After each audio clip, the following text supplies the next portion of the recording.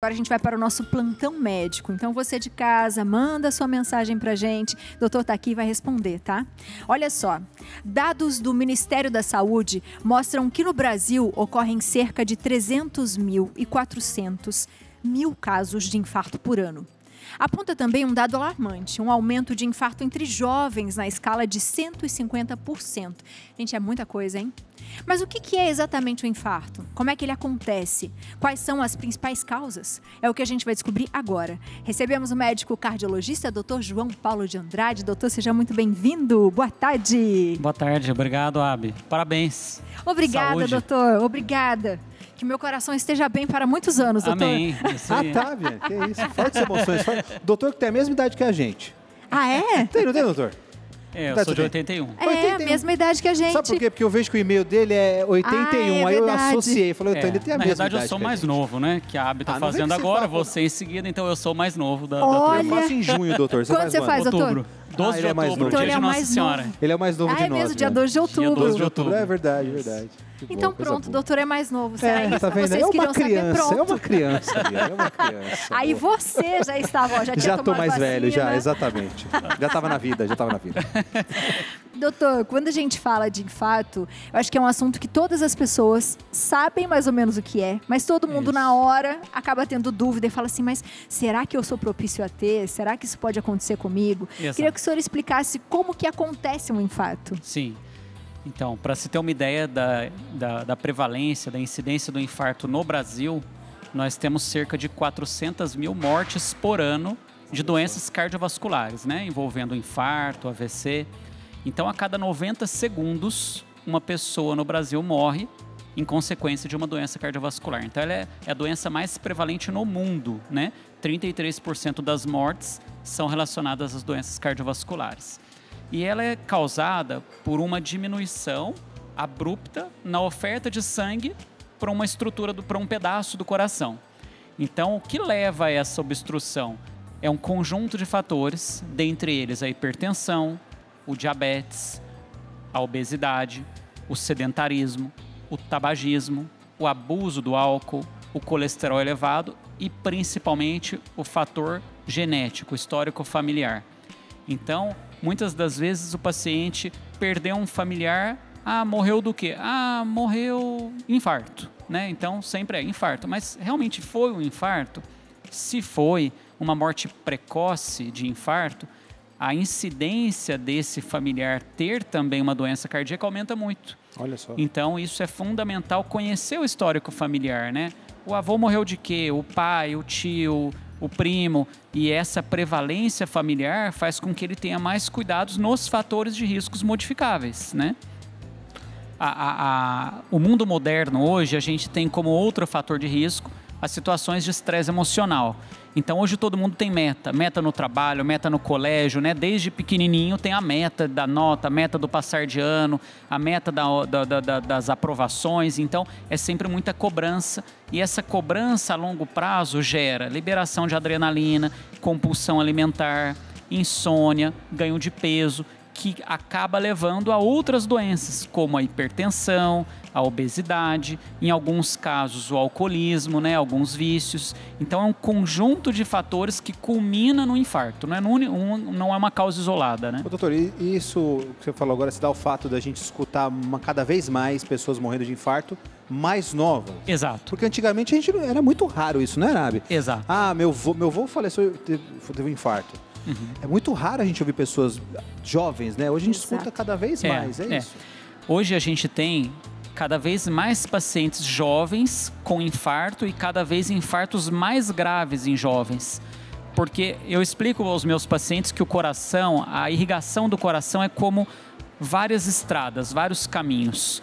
E aquele caminho, quando começa a desenvolver uma obstrução, o organismo, pela inteligência que ele tem, ele desenvolve outros caminhos que a gente chama de circulação colateral. E o jovem não tem tempo de desenvolver essa circulação colateral. Então, muitas vezes, esse infarto ele acaba sendo fatal. e por outros fatores de risco, uso de drogas, esteroides anabolizantes. Então, há algumas situações que antigamente não se ouvia falar, que hoje é mais prevalente, é mais esclarecido e acaba tendo mais casos em adultos jovens, né? A obesidade no mundo aumentou muito em razão de fast food, né? Então, hoje em dia, até pela cobrança de trabalho, as pessoas trabalham em jornadas muito exaustivas, muitas vezes 2, 3 horas para chegar ao trabalho, alimentam-se mal, dormem pouco. Em razão disso, muitas vezes vem o vício do cigarro, o vício do álcool, estresse. Então, é um conjunto de fatores. E aí, cada vez mais jovens com infarto. E, doutor, acho que essa coisa da doença emocional também, ela traz uma certa confusão, né? Porque a gente tem alguns sintomas que, de repente, já está quase acontecendo, mas que a gente sente nesse momento. Eu queria que o senhor falasse se existe uma forma de prevenir isso antes, ou se os sintomas, quando acontecem, já está na hora de você ir urgente para um médico. Como que isso acontece, doutor? Existem situações em que, antes do infarto, o paciente tem um quadro chamado de angina, né? O que é a angina? A angina é aquela dor no peito que ocorre antes de uma obstrução total da artéria do coração, que é aquele paciente que ia na padaria e agora, para chegar na padaria, ele para na metade do caminho porque ele tem um desconforto no peito ou um cansaço. É aquele paciente que ia subir uma ladeira e cansa, que ele tem uma escada na casa dele e ele fica ofegante, que ele tem uma dorzinha no peito. E aí ele já pode estar desenvolvendo essas placas de gordura nas artérias que podem cursar com infarto se ele não cuidar-se. Então, no primeiro sinal de alerta de sintoma, é fundamental essa avaliação mais detalhada do coração. Hoje a gente tem o check-up cardiológico cada vez mais precoce. Hoje a gente indica 35 anos. Então, antigamente o paciente ia na primeira consulta com o cardiologista com 60. Né? E aí, às vezes, já teve até um ou outro infarto, já tem uma lesão mais crítica, que o tratamento agora já não é só medicamentoso, muitas vezes para cirurgia cardíaca, ou até a angioplastia, que é a colocação dos stents. Então, ao primeiro sinal de alerta, uma dor no peito, um cansaço, uma palpitação, ele tem sim que buscar atendimento. E na manutenção daquele sintoma, aí é o pronto-socorro, tem que ir ao hospital, não pode esperar para outro dia. Às vezes a gente vê o familiar chega, poxa, ele falou pra gente que estava com dor, já tinha 3 horas. No caminho, ele faleceu, porque esperou muito, né? Tem aquela coisa também do braço, doutor, que a gente escuta bastante. Formigar, né? Meu braço está formigando. Mas qual é? O esquerdo ou o direito? Tem essa história também, não? Assim, a doença cardíaca, ela não é uma definição em livro, né? Em alguns pacientes, realmente, é aquela dor típica na ponta do coração, que a gente chama de precórdio, intensa, em aperto, com sudorese, com falta de ar, com vômito. Mas em mulheres, idosos e diabéticos, a doença cardíaca, ela pode não se manifestar com dor. Ela pode dar um cansaço, uma sudorese, um desconforto no braço esquerdo, um desconforto na mandíbula. Então, esses são sinais de alerta. E o perfil do paciente ele tem que ser analisado. A gente vai entrar numa época agora, de outono para inverno, onde é a maior prevalência de doença cardiovascular do ano. Porque no inverno as pessoas têm alimentações mais copiosas, mais exageradas, elas se exercitam menos e o paciente que já tem uma placa de gordura na artéria, em razão do frio, ela faz uma vasoconstrição, ela comprime ainda mais e isso muitas vezes leva a angina, leva ao quadro do infarto.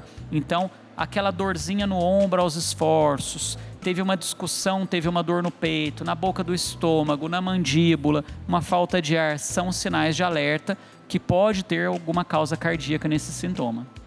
Quem já tem, doutor, ansiedade, por exemplo, que tem muitos sintomas parecidos com esse aperto no peito, sentir às vezes o corpo formigando, sentir que não consegue respirar, porque a gente tem essa coisa, né? É mais predisposto também, doutor? Pode confundir esse sintoma e de repente passar despercebido, enfim, isso piorar? Isso pode trazer bastante confusão no atendimento de um paciente que tem situações ou de pânico, de ansiedade, porque eu sempre digo que o paciente que tem pânico e ansiedade, o sintoma dele ou é infarto ou é um derrame. Ele não tem um sintoma que ele está com uma dor de barriga, ele tem o sintoma realmente de doença cardiovascular. E ele, em razão do estado emocional, ele somatiza o sintoma. O que é isso daí? Ele potencializa aquela queixa. Então, aquela sensação que é um aperto, ele começa a hiperventilar, respirar rápido. Aí, quando ele respira rápido, formiga o braço. Em razão do formigamento, ele já acha que está tendo um derrame. Então, muitas vezes, esse sintoma se confunde. Mas, na dúvida, ele tem que ir para o hospital. Porque lá o profissional vai ter condições de avaliar não só pela história clínica, mas através de exames de eletro, de exames de laboratório, em afastar se aquilo se trata de um quadro físico ou psicológico, né? Isso, na dúvida, ele tem que ir para o hospital. Ele não pode... E a própria família também tem que abraçar esse doente e falar, é piti, é frescura, é emocional. Não. Ele tem que dar crédito e investigar a fundo. Foi investigado e foi visto que não é físico, ok.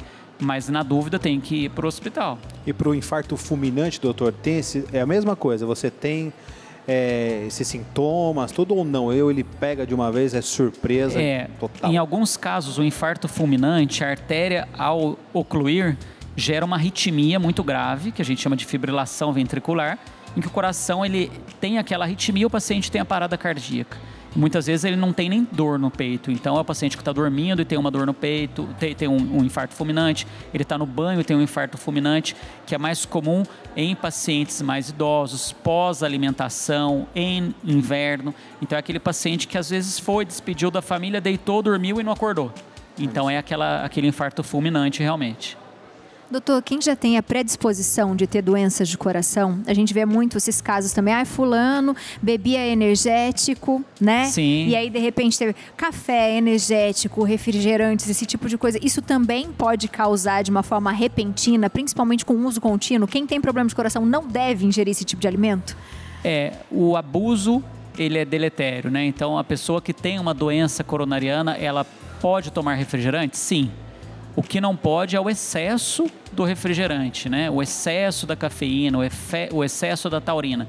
Agora, o uso de drogas, principalmente a cocaína, ela tem vários fatores que desencadeiam um infarto fulminante e não é um infarto por placas de gordura.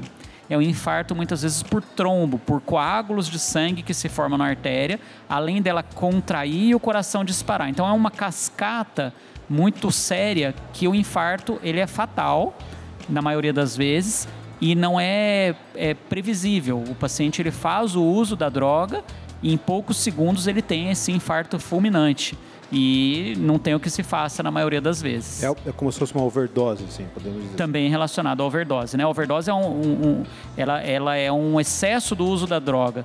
E a cocaína, ela pode, numa pequena dose, o paciente desenvolver um infarto fulminante e vir a óbito na menor dose que seja. Doutor, além da prevenção, né, que deve ser feita sempre, ela é uma forma de tratamento também? Caso a pessoa tenha um infarto, consiga ser socorrida a tempo, qual é o tratamento? O infarto, quando o paciente é atendido a tempo, nós temos duas linhas de tratamento, né? Tratamento medicamentoso, que consiste no uso de algumas medicações, dentre elas o que a gente chama de trombolítico, que é uma medicação feita na veia, administrada endovenosa, para tentar desfazer esse coágulo de sangue que se formou. E a outra modalidade é através da hemodinâmica, que é o que a gente chama de cateterismo cardíaco com angioplastia, né? Então, o paciente ele vai para um serviço especializado e lá o profissional cardiologista, ele punciona a artéria, vai até o ponto onde está a obstrução e ali ele desobstrui aquele vaso, aspira aquele coágulo de sangue e põe uma molinha chamada de stent. E aí desobstrui, permitindo a passagem do fluxo de sangue adequadamente, né? Doutor, muito obrigada. Bom. O doutor arrasa sempre. Maravilhoso. Dá vontade de fazer várias perguntas. Dá vontade de ficar o dia inteiro aqui falando com o doutor. Muito bom, muito bom. Muito obrigado. Seja sempre bem-vindo, viu, doutor? Obrigado. E aí, venha no seu aniversário também, para comemorar os seus 44 anos com a gente, viu? Bom, você de casa, aproveita, continue mandando mensagem. Se quiser entrar em contato com o doutor também, João Paulo Andrade, 1981, @yahoo.com.